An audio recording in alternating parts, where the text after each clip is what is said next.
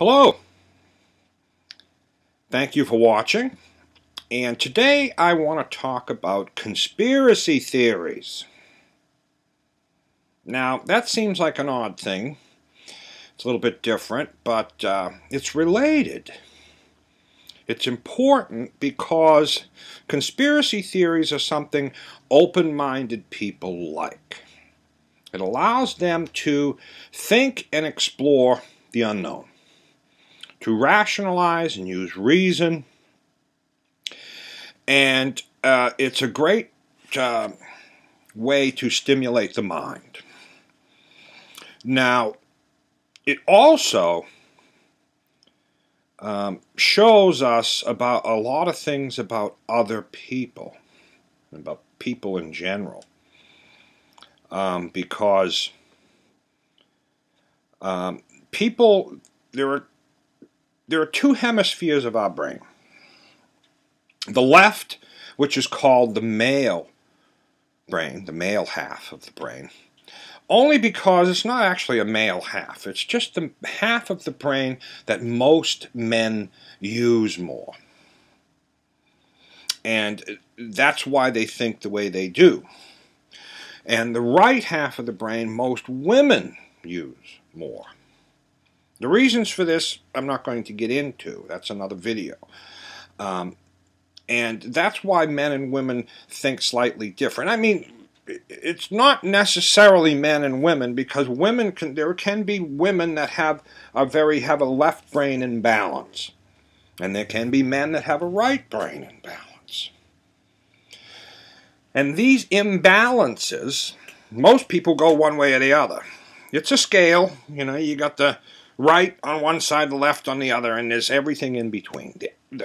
What we're looking for out of life is to be in the middle, in balance, using both hemispheres of the brain in balance, because that's what's in balance with nature. It's natural. But because of society and teachings and living lies, that balance sometimes doesn't happen. Some people live their whole lives and never be actually in balance. They're out of balance for a lot of reasons, and those reasons can be what they've learned throughout their life, living lies, not living truthfully the way we should, naturally.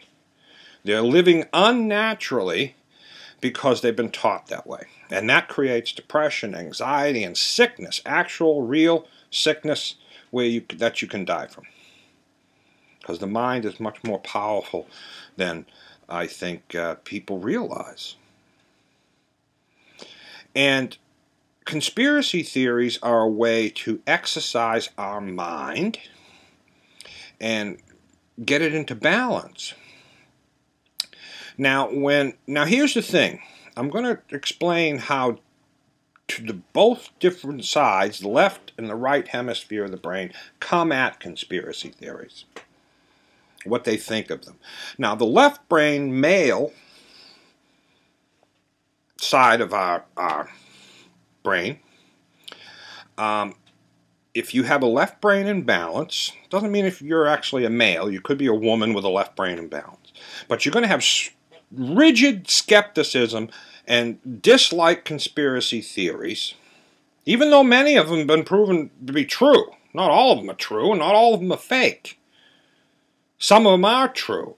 But a left brain person who has a left brain imbalance doesn't generally like conspiracy theories, will degrade and denounce and call them tinfoil hat wearers, and try to diminish them because of their rigid skepticism.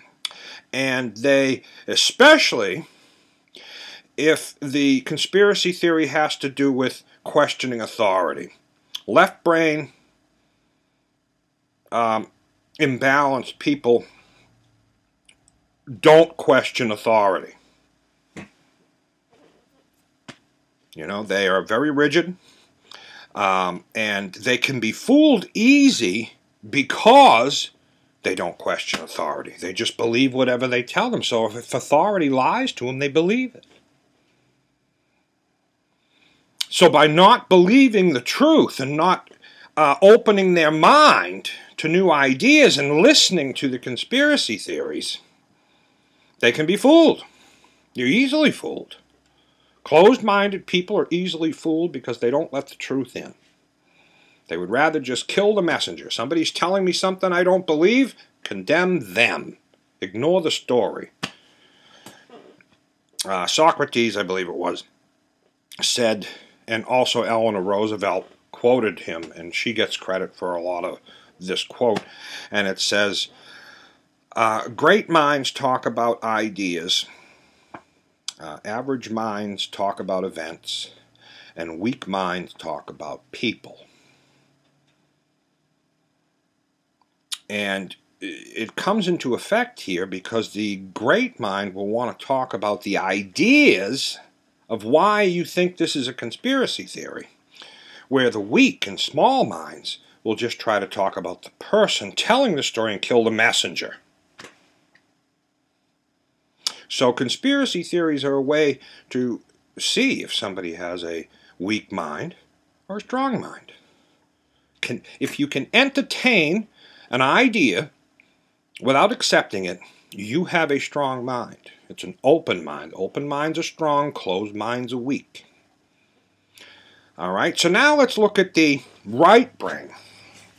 The right brain, or called the female brain, looks at conspiracy theories a little bit differently. They are open-minded. They'll listen to ideas, but they can be naive.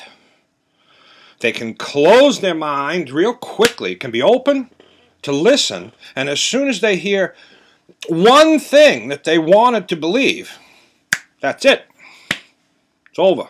They close their mind and they'll believe it without even hearing all the whole story. So they can be fooled by believing a falsehood in a conspiracy theory. So it's interesting. So conspiracy theories require you to get rid of your ego and look for the truth. What is the real truth? And that's why that's why I'm talking about them here. Because open-minded people like conspiracy theories because it exercises the mind. And that's how we find out the truth. Because there are things you don't know. You don't know it all. If you think you know everything there is to know about life, that is the height of ignorance. Consider yourself ignorant if you think you know it all. That is what ignorance is. Thinking you know it all, because you don't. You don't even know you don't know it all. So let's start there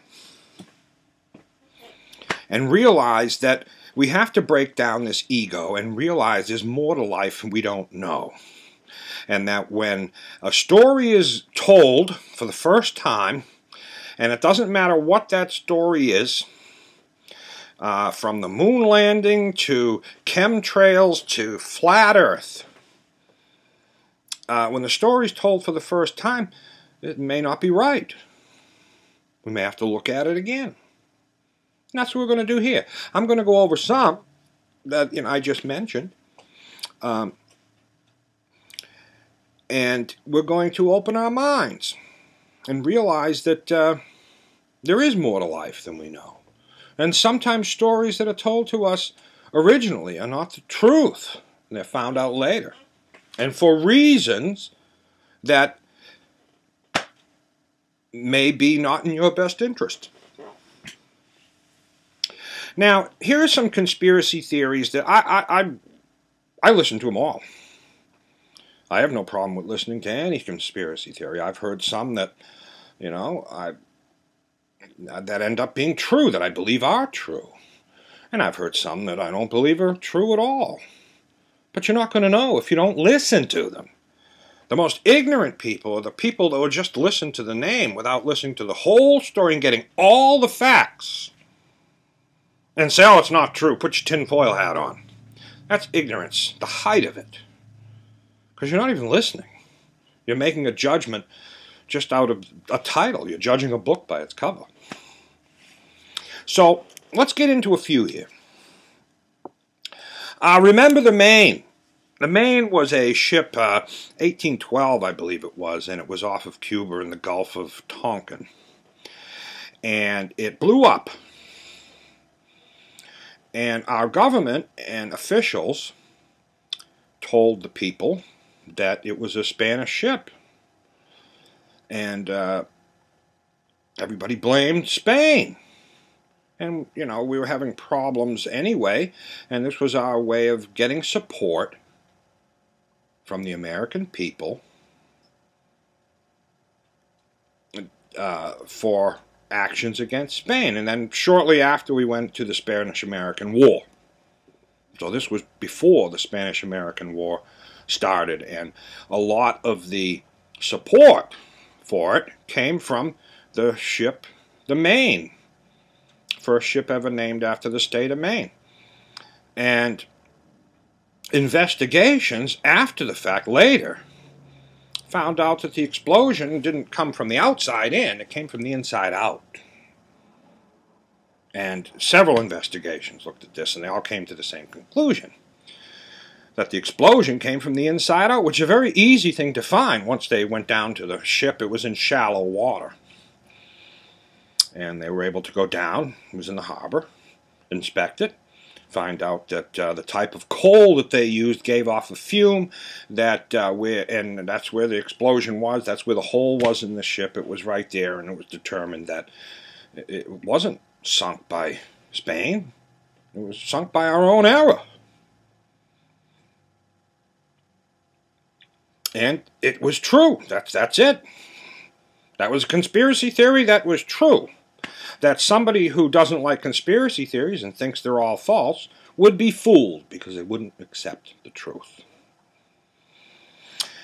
Now, another one that is closer to this day and age are chemtrails. Now, chemtrails are the spraying of chemicals by our government into the air to manipulate weather. And that's it. I mean, people have made them out to be evil plans to dumb the population down. The government doesn't need to do anything to help society do that. They're doing that on their own just fine by just following each other like sheep. So, what chemtrails are is cloud seeding. They've done it since Vietnam. And it's real. There's an article, I'll post some links to the Gulf of Tonkin and a lot of these things I'm talking about for the evidence, for the proof, for the real proof. I will post them. Where was? Oh, chemtrails. That's all they are. And there is an article I'll post from the Department of Public Works in California, who put an article notifying people that they're going to be spraying chemicals in the sky. They are silver iodine or something that they spray into the clouds to increase the chance of rain. Whether the stuff is healthy for you or not, they say it is. I don't know. That's another story. But the fact is yes, it's done. Chemtrails are real.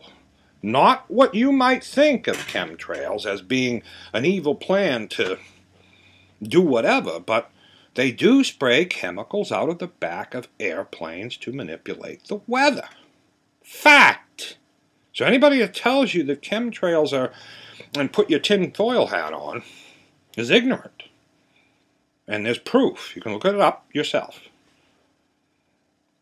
All right? Now, the biggest way they try to debunk this is say, oh, they're just confusing them for contrails, which are condensation trails that are left by a plane. And it's just condensation. And they try to use that as a way of debunking these people that are trying to tell you about chem trails, which are not contrails, with silver iodine or dioxide or something like that, being sprayed out of the back of a plane to produce rain. And they started this in Vietnam and sprayed the clouds over the Vietnamese to soak them and get them in mud, make it harder for them to move. It was used as a tactic, military tactic. So that's that about that. Let's move on to another one, because this is interesting, huh? Let's move on to vaccines. Now, there's a lot of stuff about vaccines. Some people say, oh, the vaccines are out there, trying to kill us with them. And other people saying, no, take them all. Take every vaccine that they'll give you, whether it's good or bad. Well, here's the truth about vaccines. A lot of them have been recalled because they've hurt people. So that alone is a fact that not all of them are good. But that doesn't mean they're all bad. There are some vaccines that are very useful and helpful to eradicate certain diseases. But the issue comes, and this is why there's been so much of a problem, because there are so many vaccines now that are being given. This is a big cocktail of vaccines, sometimes up to 30, that are given to young children in a short period of time. And this has started creating problems. This is the link to brain damage. Some believe, a study recently from Canada says that this specific overdose of vaccines in a shorter period of time is what is linked to the rise in autism, because it's at the same time as the rise of these vaccines. Now, I find it very telling that they've changed this schedule of vaccines and spread them out over longer periods of time. Why do that? Why change it if there's nothing wrong? Why fix it if it wasn't broke? And they've done a lot of different things to vaccines to make them safer.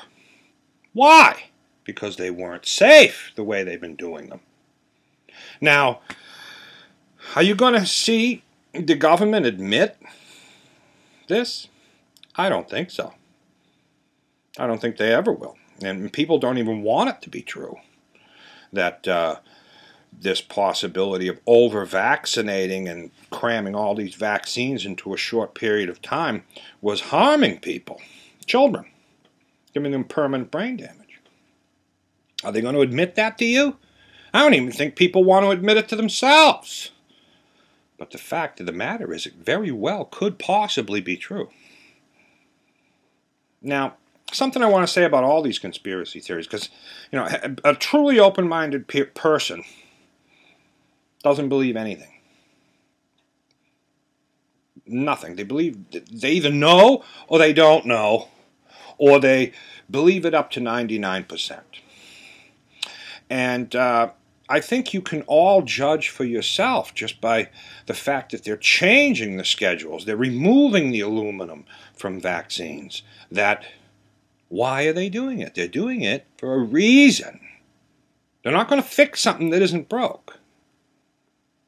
So their actions will tell a lot, and you'll know the truth just by watching what they do from the complaints, and how much money has been paid out to parents and children in the vaccine court. Look into that, because that's evidence brought to court, and a jury or judge determines, was this caused by a vaccine?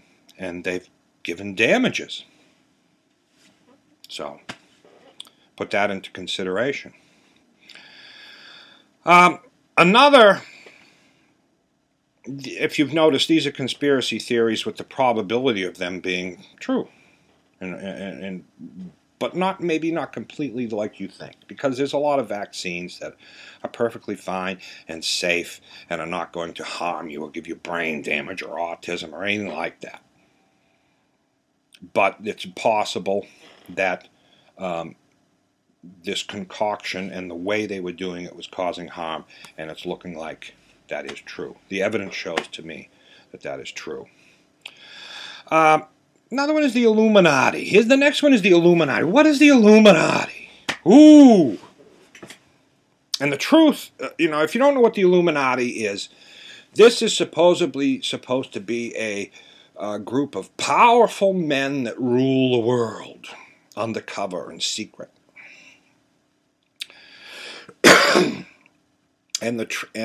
who pull all the strings, so to speak. And they're evil. Well, the truth is, the Illuminati is for the illuminated ones. That's what it means. Illuminated means to be, to shine. And what do they mean by that? Well, I guess Jesus said it best when if thine eye be single, your whole body will be filled with light. Well, what did he mean by that? And what's this light that fills your body? And what's he talking about, this eye? Well, this phrase from Jesus is a hint, and it points to your single eye, which is the pineal gland. That's why the Hindus put the dot there. The pineal gland in the brain releases chemicals when it's open and active. And when you open it and activate it, it opens up parts of the brain, the frontal lobe specifically, that people are considered to be illuminated when they do that. They're in the know. They know about this function of the human mind that is natural. But a lot of people never experience it in their life, and they die and never figure it out, never find out, and never activate it. So the illuminated ones, the Illuminati, are supposedly the people that have had this experience and they're in the know. Being in the know. That's what gnosis, Gnostics. These are people that were given the secrets and the knowledge to activate the pineal gland of the brain. So the Illuminati are people who are in the know, that know about this stuff. Now, there are two kinds of Illuminati. There is an Illuminati that knows, but they haven't activated the pineal gland. They were just given this information without actually knowing, and they use the information in a selfish way to better themselves and harm others.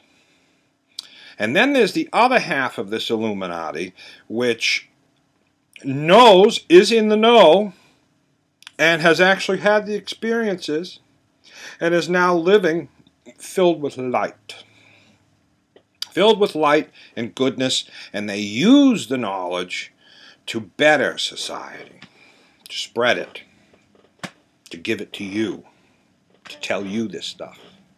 That's what they do.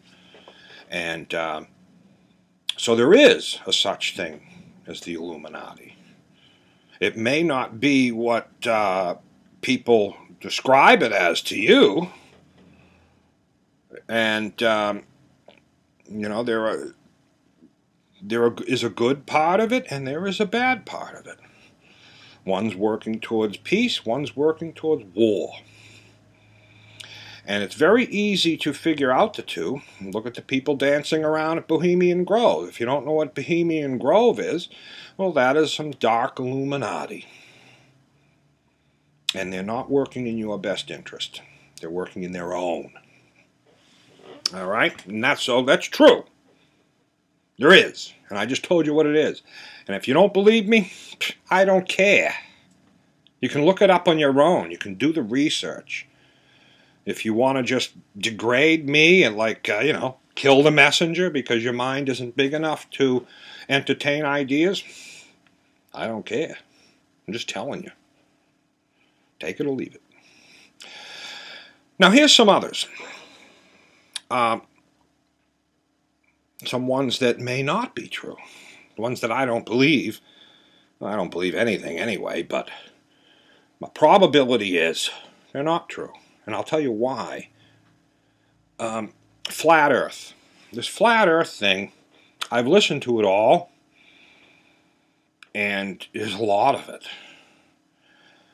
But there's one part I couldn't get over, and they want you to get over it. What they want you to get over is the fact that they want you to believe that there are thousands and thousands of scientists and people out there that are lying to you deliberately, or they just are ignorant and don't know. Because if they can get you past that, I went past it. I believe I entertained the idea, so I went beyond it, and I seen what's behind it. And if they can get you to believe that all these people, never went to the moon, never encircled the earth, and it's all a big lie, and they can get you to believe that, then the rest is easy. It's just a different way of looking at the earth as flat, and the sun goes around and not around. This earth doesn't spin, the sun moves around. It's just a different way of looking at it. And if they can get you past the idea that all these people are lying to you or ignorant, then they can explain how everything appears to look. But the fact is, I don't believe any of it. Because they didn't get me past the fact that all these people are ignorant or liars. And that's because they didn't answer the question, why? Why would anybody want to lie about whether the earth is flat or a sphere? And they never answered that to me. So that eliminates people lying to me. So then the only thing left is all these people are ignorant.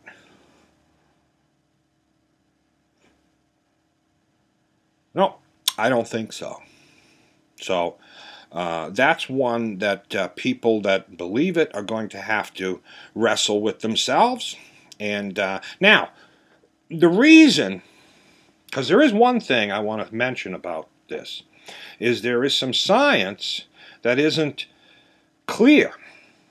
And it causes a lot of problems. See, myself, to experiment and to judge this, I went down.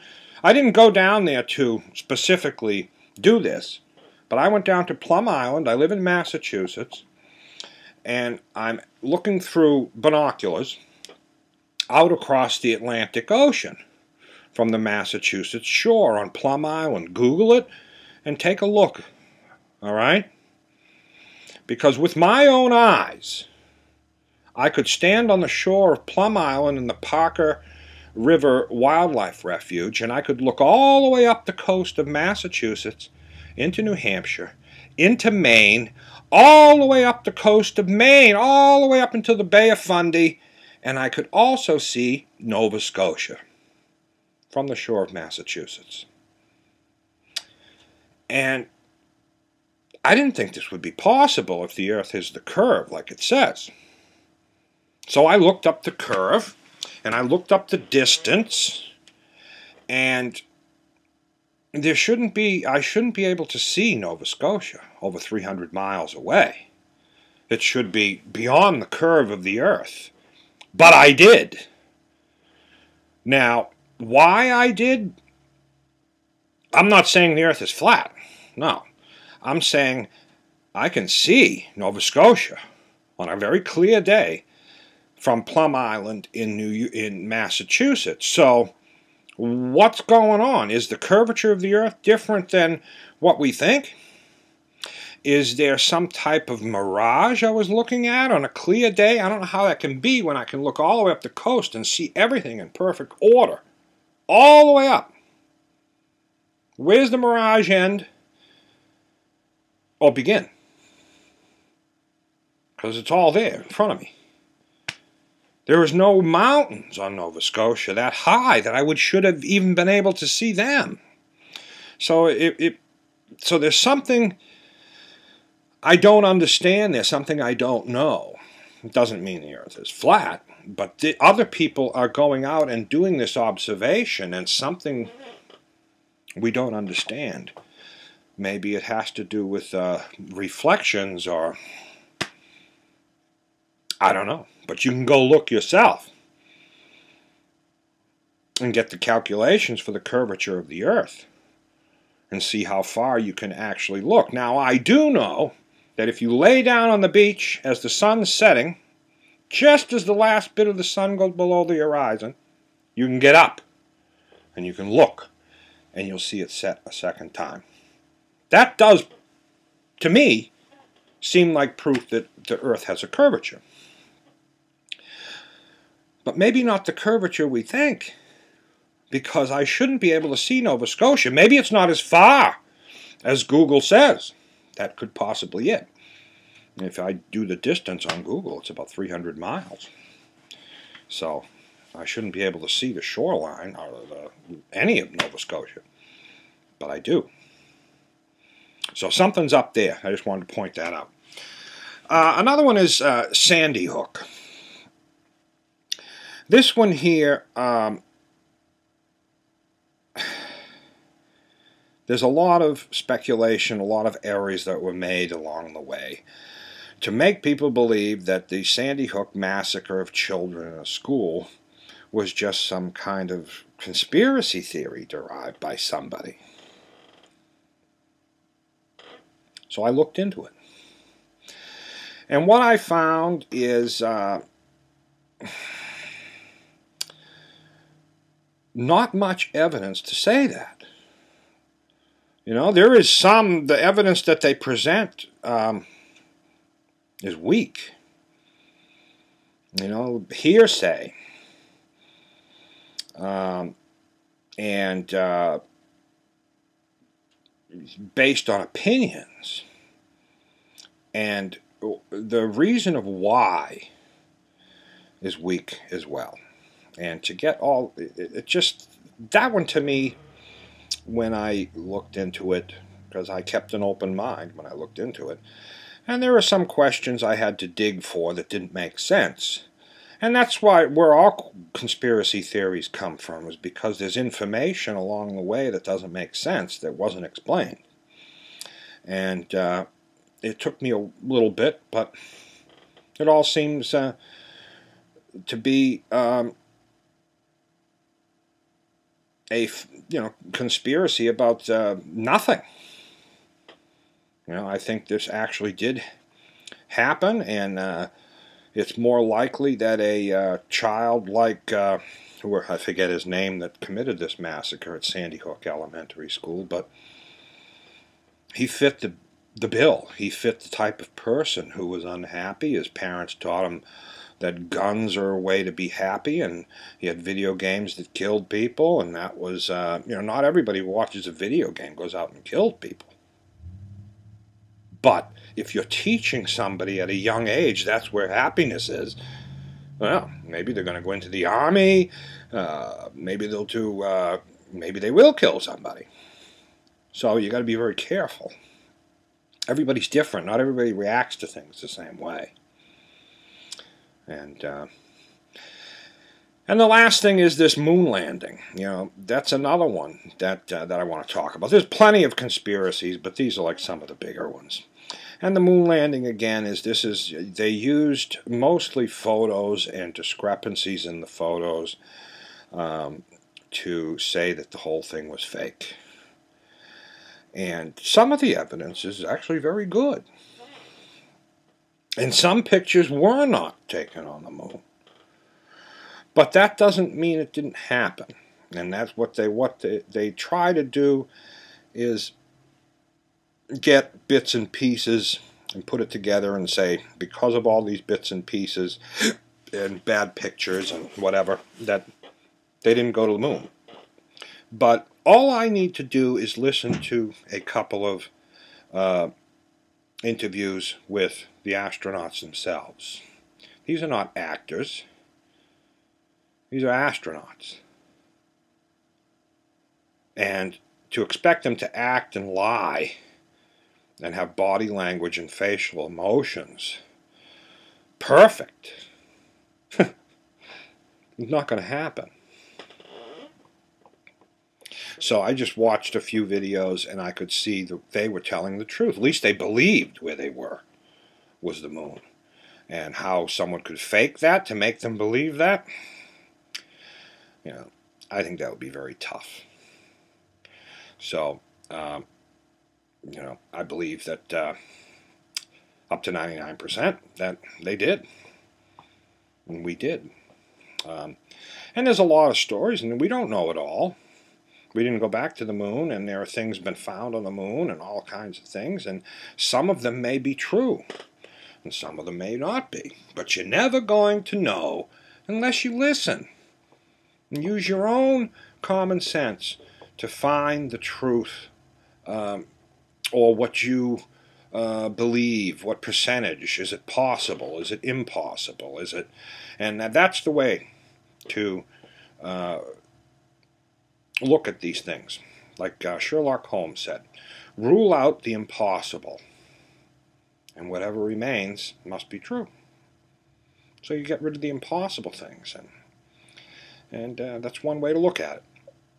So I just want to talk briefly about them just to give you an idea. I don't want to make this too long. So look into conspiracy theories. Have fun. Exercise your mind. Thank you, and you have a great day.